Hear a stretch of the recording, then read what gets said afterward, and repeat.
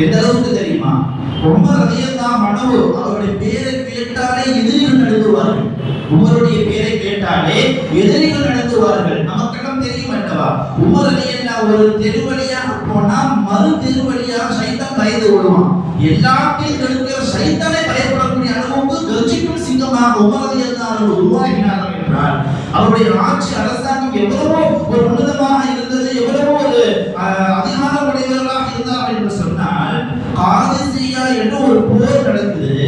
அந்த போரில் இருக்கக்கூடிய எதிரிகளிடத்துல உமர் என்று சொன்னாலே அவருடைய கை நடுங்கி கையில் உள்ள வாளை கீழே விழுந்தும் என்று வரலாற்றாசிரியர்கள் எழுதுகிறார்கள். அதாவது மதீனாவில் இருக்கிற உமர் ரலியல்லாஹு 2000 கிலோமீட்டருக்கு அப்பால் இருக்கிற காதிசியா போர் இருக்கிற இடத்துல நடக்கிற போர்ல உமர் என்று சொன்னாலே, உமர் வருகிறார் என்பதெல்லாம் இரண்டாவது, உமர் என்று சொன்னாலே பயந்து நடுங்குவாங்க, கையில உள்ள வாளை கீழே போட்டுருவாங்க. அந்த அளவுக்கு அவருடைய உமரினுடைய பேருக்கு ஒரு பயம் இருந்தது என்பதை பார்க்கிறோம்.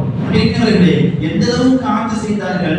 10 வருஷம் தான் ஆட்சி செஞ்சாங்க உமர் ரலியல்லாஹு ஜனாதிபதியாக. கிட்டத்தட்ட 22.5 மைல் லட்சம் 22.5 லட்சம் கிலோமீட்டர் அளவுக்கு இஸ்லாத்தை அவர்கள் ஆட்சி அதிகாரியாக இருந்திருக்கிறார்கள்.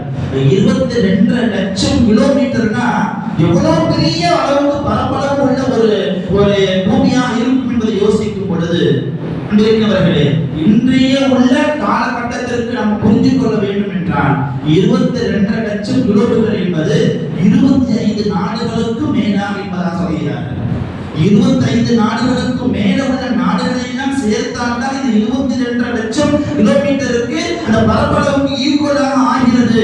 அப்ப 25 நாட்டுக்கு யாரு அதிகாரியா இருக்கிறாங்க, உமரதின் ஆட்சி அதிகாரியா இருந்திருக்கிறாங்கன்னா எவ்வளவு பெரிய ஒரு வல்லரசாளராக, எவ்வளவு பெரிய ஒரு ஜனாதிபதியாக திகழ்ந்திருப்பார் என்பதை எல்லாம் சற்று யோசிக்க கடைபிடிக்கிறவர்களே.